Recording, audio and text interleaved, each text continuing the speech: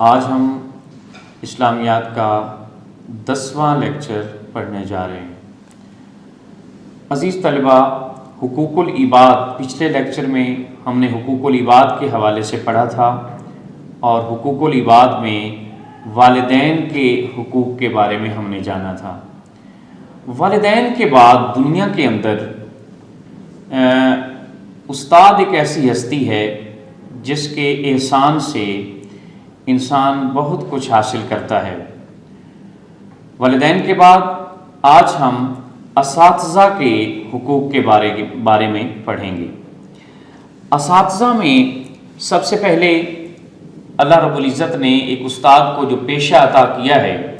وہ پیغمبرانہ پیشہ ہے، اور نبی کریم صلی اللہ علیہ وسلم سے ایک خاص نسبت حاصل ہے استاد کو، اور وہ نسبت آپ صلی اللہ علیہ وسلم نے اس کا خود جو ہے وہ اظہار فرمایا ہے۔ آپ صلی اللہ علیہ وسلم کا ارشاد ہے، انما بعثت معلما، کہ بے شک مجھے تو معلم ہی بنا کر بھیجا گیا ہے۔ تو اس اعتبار سے استاد کو ایک خاص نسبت حاصل ہے، اور استاد جو ہے ایک بہت بڑا قوم کا محسن ہے۔ تو سب سے پہلے ہم نے اس ضمن میں پیغمبرانہ پیشہ، آپ کو بورڈ پہ نظر آ رہا ہے، پیغمبرانہ پیشہ، یہ ہیڈنگ دینی ہے، اور اس میں جہاں سے آغاز ہو رہا ہے آپ کی کتاب میں وہیں سے یہ انما بعثت معلما، اس کے ترجمے تک آپ نے اس ہیڈنگ کے تحت جو ہے وہ لکھنا ہے۔ اس کے بعد دوسری ہے فکر و عمل کی اصلاح۔ استاد ہی نسل کی صحیح نشو و نما کر کے اس کے فکر و عمل کی اصلاح کرتے ہیں، نئی نسل انہی کے فراہم کردہ سانچوں میں ڈلتی ہے۔ تو استاد ایک وہ ہستی ہے جو نئی نسل کو سنوارتے ہیں، اور استاد سے ہی ایک معاشرہ جو ہے وہ سنورتا ہے۔ اس ضمن میں فکر و عمل کی اصلاح جو آپ نے یہاں پہ آپ کو نظر آ رہی ہے، یہ ہیڈنگ دے کے آپ کی کتاب میں انما بعثت معلما سے نیچے جو لائن ہے وہ آپ نے اس کے تحت وہ درج کرنی ہے، نوٹ کرنی ہے۔ عزیز طلبہ، استاد کو یہ اعزاز حاصل ہے کہ وہ روحانی باپ ہے، اور یہ اعزاز اسے کسی اور نے نہیں، اللہ کے رسول صلی اللہ علیہ وسلم نے عطا فرمایا ہے۔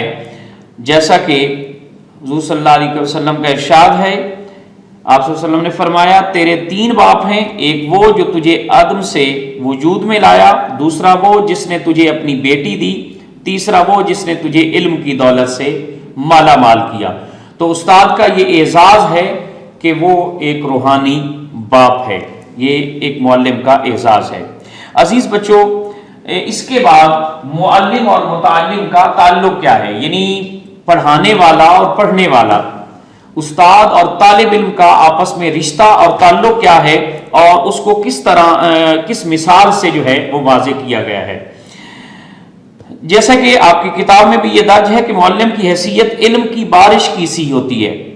اور طلبہ کی زمین کی سی۔ جو زمین بارش کو جذب کرنے کی صلاحیت رکھتی ہے وہ بارش کے فیض سے سرسبز و شاداب ہو جاتی ہے، اور یہ حوصلہ اور ضرب بھی والدین کے علاوہ استاد کا ہوتا ہے کہ وہ اپنے شاگرد کو خود سے آگے بڑھتا دیکھ کر حسد کرنے کی بجائے خوش ہوتا ہے، کیونکہ حقیقت میں وہ اپنے طلبہ کی کامیابیوں کو اپنی ہی کامیابیاں گردانتا ہے۔ اور استاد کو ایسے ہی خوشی ہوتی ہے جیسے کوئی مالی پودا لگاتا ہے، اور جب وہ پھل اس پہ آتا ہے اور وہ بڑا ہوتا ہے تو اس کو دیکھ کر جس طرح مالی خوش ہوتا ہے، استاد کو بھی ایسے ہی اپنے طلبہ کی کامیابیوں پہ خوشی حاصل ہوتی ہے۔ عزیز طلبہ، اہل اسلام جو ہے ان کے اندر ایک جذبہ احسان مندی پایا جاتا ہے، اور اس بات سے بھی اس کا اندازہ لگایا جا سکتا ہے کہ جو شاگرد ہیں، شاگرد استاد کے نام کو اپنے نام کا حصہ بنا لیتے ہیں، اور اس طرح لائق شاگردوں کے ذریعے استاد کا نام جو ہے وہ زندہ رہتا ہے۔ یہ ہم نے سامنے بورڈ میں بھی دیکھ رہے ہیں، اہل اسلام میں جذبہ احسان مندی۔ اگر یہ شارٹ کوسچن میں آ جاتے ہیں یہ سوال کہ استاد ایک روحانی باپ ہے، حدیث پاک میں وضاحت کرے تو تب بھی آپ یہی لکھیں گے، اگر معلم اور متعلم کا تعلق جو ہے وہ اگر پوچھا جائے تو پھر بھی آپ یہی لکھیں گے، اور اگر اس کے بعد جو ہے اہل اسلام میں جذبہ احسان مندی وہ وضاحت کرے تو یہ بات جو ہے آپ کتاب کی روشنی میں لکھیں گے۔ تو جو معلم اور متعلم ہے یہ آپ کی کتاب کے صفحہ نمبر 38 پہ معلم کی حیثیت علم کی بارش کیسی ہوتی ہے، یہاں سے لے کر آپ جو ہے اسے طلبہ کی کامیابیوں کو اپنی ہی کامیابیاں سمجھتا ہے تک آپ اس کو لکھیں گے، اور اس کے بعد مسلمانوں میں استاد کی احسان مندی اور احترام کا اندازہ کچھ اس روایت سے بھی لگایا جا سکتا ہے کہ شاگرد استاد کے نام کو اپنے نام کا حصہ بنا لیتے ہیں اور اس طرح لائق شاگردوں کے ذریعے استاد کا نام زندہ رہتا ہے۔ یہ آپ اہل اسلام میں جذبہ احسان مندی جو ہے یہ اس ہیڈنگ کے تحت آپ لکھیں گے۔ اگر یہ نوٹ آ جاتا ہے کہ اساتذہ کے حقوق پہ نوٹ لکھیں تو اس میں یہ ساری آپ ہیڈنگز لکھیں گے، اور اس کے بعد جو ہے وہ آخر میں حقوق لکھیں گے، اور حقوق آپ کو آخر میں بورڈ پہ نظر آ رہے ہیں۔ سب سے پہلے ادب و احترام ہے، پھر دوسرے نمبر پہ اطاعت و خدمت ہے، نمبر 3 معاشی ضروریات کی فراہمی ہے، چوتھے نمبر پر حسن ظن، اور 5ویں نمبر پر دعائے مغفرت ہے۔ تو سب سے پہلے جو ہم استاد کے حوالے سے دیکھیں گے وہ ادب و احترام ہے۔ یقیناً عزت و احترام استاد کا بنیادی حق ہے۔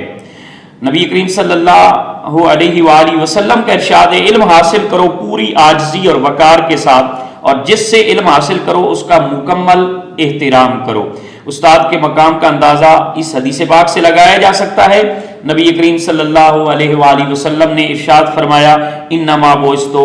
معلما، یہ حدیث پاک آپ پہلے بھی جو ہے وہ پیغمبرانہ جو پیشہ ہے اس میں آپ پڑھ چکے ہیں۔ اطاعت و خدمت، دوسرا استاد کا حق یہ ہے کہ اس کی خدمت کی جائے اور اس کی جو ہے وہ احکامات کی پیروی کی جائے، حکم اس کا مانا جائے۔ استاد انسان کا علمی اور روحانی سرپرست ہے، روحانی باپ۔ پہلے آپ جو ہے یہ سن چکے ہیں حدیث پاک کی روشنی میں کہ وہ روحانی باپ ہے، یہاں تک کہ اس کی خوشامد بھی جائز قرار دی گئی ہے۔ حضرت علی کرم اللہ وجہ الکریم رضی اللہ تعالی عنہ فرماتے ہیں کہ جس شخص نے مجھے ایک حرف پڑھایا اس نے مجھے غلام بنا لیا، اور وہ چاہے تو مجھے آزاد کر دے اور چاہے تو فروخت کر دے، یعنی اتنا اس کو حق ہے میرے اوپر ایک حرف پڑھانے والے کا۔ استاد کی خدمت بہت ضروری ہے۔ یہاں اس ضمن میں آپ لکھ سکتے ہیں کہ عباسی خلیفہ ہارون الرشید کے بیٹے استاد کی جوتیاں اٹھانے پر جھگڑ پڑتے تھے، اس لیے اطاعت و خدمت استاد اسلام نے لازم قرار دی ہے۔ عزیز طلبہ، تیسرا حق جو آپ کو بورڈ پہ نظر آ رہا ہے لکھا، وہ ہے معاشی ضروریات کی فراہمی۔ استاد کا یہ حق ہے کہ اسے فکر معاش سے آزاد کر دیا جائے تاکہ اسے ذہنی یکسوئی کے ساتھ مطالعہ کرنے اور تعلیم دینے کا موقع ملے، اور علم و ادب کی خدمت دل جمعی کے ساتھ کر سکے، اور اس کے بغیر کوئی تعلیمی ترقی جو ہے وہ ممکن نہیں ہے۔ اس لیے معاشرے پر استاد کا یہ بنیادی حق ہے کہ اس کی معاشرتی ضروریات جو ہیں، معاشی ضروریات جو ہیں وہ پوری کی جائیں۔ عزیز بچوں، اس کے بعد چوتھے نمبر پر استاد کا حق ہے حسن ظن، اچھا گمان۔ استاد کے متعلق بد ظنی کا شکار نہیں ہونا چاہیے، یہ انسان کو جو ہے وہ بہت ساری برکتوں سے محروم کر دیتا ہے، بے برکتی آ جاتی ہے استاد کے متعلق اگر انسان بد ظن ہو جائے تو اس لیے اس کا حق ہے کہ حسن ظن رکھا جائے۔ اگر کبھی استاد سختی یا زیادتی بھی کرے، جو آپ کے نزدیک یہ ہے کہ وہ سختی کر رہا ہے تو صبر و تحمل سے برداشت کیا جائے تو اس کی بہت ساری برکات حاصل ہوتی ہیں۔ استاد کی عیب جوئی، نکتہ چینی انسان کو علمی فیض سے محروم کر دیتی ہے۔ عزیز بچوں، اس لیے استاد سے حسن ظن جو ہے وہ رکھنا یہ بھی ایک بہت بڑی نیکی ہے، اور آخر میں استاد کا حق ہے کہ اس کے لیے ہمیشہ دعائے خیر کی جائے، دعائے مغفرت کی جائے۔ اگر وہ دنیا میں موجود ہیں تو پھر بھی ان کے لیے دعا کی جائے، اور دنیا سے وہ چلے جائیں تو جس طرح ہم اپنے حقیقی والدین کے لیے دعا کرتے ہیں، اسی طرح روحانی باپ کے لیے اور روحانی والدین کے لیے بھی دعا کرنی چاہیے۔ عزیز بچوں، اساتذہ کے حقوق یہ تھے جو آپ کو سامنے نظر بھی آ رہے ہیں، اور اس کی تفصیل انشاءاللہ آپ کو تحریر کر کے جو ہے وہ آخر میں اسکرین پہ نظر بھی آ جائے گی، اور اس کے مطابق آپ جو ہے اس کو تیار کر لیں گے۔ اب اس کے بعد آخر میں ہم جو حقوق العباد کا ٹاپک تھا، اس کو غیر مسلموں کے حقوق جو ہیں وہ جاننے کے بعد پھر ہم اس کو کلوز کر دیں گے، اور یہ ہمارا ٹاپک جو ہے وہ ختم ہو جائے گا۔ تو حقوق العباد میں غیر مسلموں کے حقوق، اسلام صرف جو ہے مسلمانوں کے ایک دوسروں پر حقوق کی بھی بات نہیں کرتا، بلکہ اسلام نے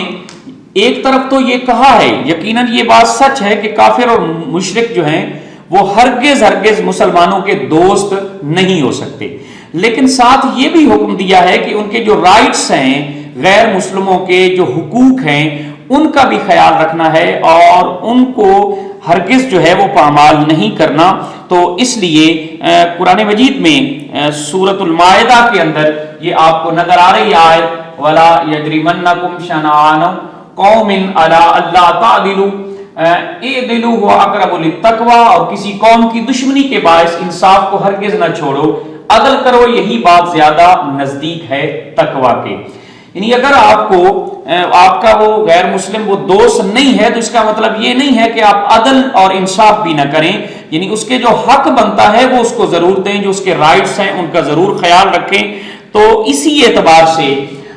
ہم نے اس قرآن مجید کی آیت میں بھی حقوق کی بات ہوئی ہے، اور اس کے تناظر میں ہم نے نیچے آپ دیکھ رہے ہیں کہ اگر سوال یہ چونکہ شارٹ کویسچن میں آتا ہے کہ غیر مسلموں کے چند حقوق لکھیں، یا 4 حقوق لکھیں، یا 5 حقوق لکھیں، تو جو بھی ہے تو آپ کو نیچے جو ہے وہ 5 حقوق وہ لکھ کے بتا دیا گیا۔ یہ صرف ہیڈنگز ہی لکھنی ہوتی ہیں، ان کی تفصیل جو ہے وہ زیادہ درکار نہیں ہوتی۔ حسن سلوک، یعنی ان کے ساتھ اچھا سلوک کیا جائے، یہ غیر مسلموں کا حق ہے۔ عدل و انصاف، جیسا کہ اوپر آیت میں ذکر ہے کہ ان کے ساتھ عدل اور انصاف سے پیش آنا چاہیے، اور جان و مال کا تحفظ، یہ اسلام ہی ہے جس نے یہ رائٹس جو ہیں وہ دیے ہیں۔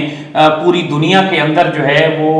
غیر مسلموں کی جان اور مال کا تحفظ جو ہے اسلام یہ غیر مسلموں کے حقوق میں ان کو جو ہے وہ ذکر کرتا ہے۔ مذہبی آزادی، غیر مسلموں کو مسلمانوں کے زیر اثر رہنے میں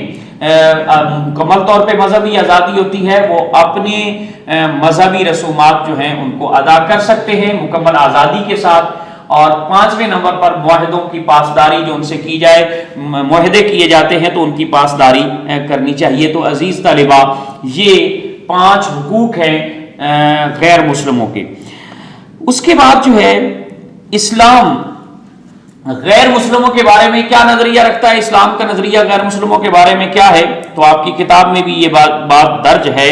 کہ اسلام چاہتا ہے کہ اس کے پیروکار غیر مسلموں سے ویسا ہی برتاؤ کریں جیسا ایک ڈاکٹر مریض سے کرتا ہے۔ اسی حسن سلوک سے مسلمانوں نے ہمیشہ غیر مسلم اقوام کے دل جیت لیے ہیں۔ یقیناً جہاں بھی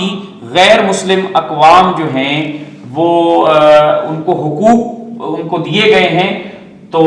مسلمان چونکہ ان سے اچھا سلوک کرتے ہیں، تو ہمیشہ اس اچھے سلوک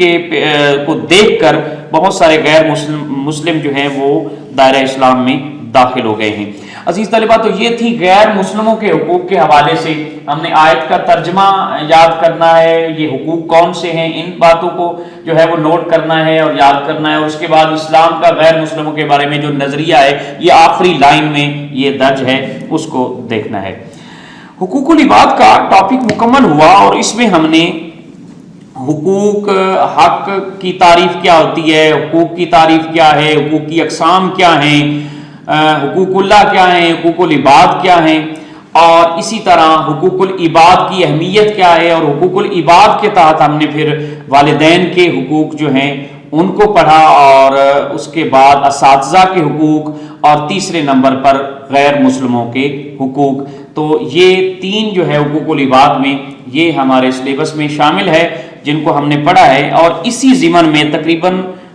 25 کے قریب شارٹ کویسچنز ہیں حقوق العباد والے ٹاپک کے، یہ آپ کو بھیجے جا رہے ہیں، اسکرین پہ آپ کو نظر آ جائیں گے۔ ان کے جوابات جو ہے آپ نے لکھ کر بھیجنے ہیں، اور تفصیلی سوال کی صورت میں جو آپ کو بتایا گیا ہے کہ اگر نوٹ آتا ہے تو وہ اس کا تفصیلی 4 نمبر کا یا جتنے نمبر کا بھی جو ہے وہ بنے گا، تو اس میں آپ نے یہ چیزیں لکھنی ہیں۔ پچھلے لیکچرز میں بھی آپ کو بتا دیا گیا اور اس لیکچر میں بھی آپ کو بتا دیا گیا ہے۔ اپنا خیال رکھیں، وقت پہ جو ہے لیکچر وہ سنا بھی کریں اور اس کے مطابق اپنی اسائنمنٹ جو ہے وہ بھی بھیجا کریں۔ اگر اس سلسلے میں کوئی آپ کو مسئلہ ہو، کسی بات کی سمجھ نہ آ رہی ہو، تو آپ اپنے متعلقہ سبجیکٹ ٹیچر سے پوچھ سکتے ہیں، جو ٹیچر پڑھا رہا ہے اس سے آپ جو ہے وہ اس حوالے سے پوچھ سکتے ہیں، تو انشاءاللہ آپ کی تشفی جو ہے وہ ہو جائے گی۔ والسلام۔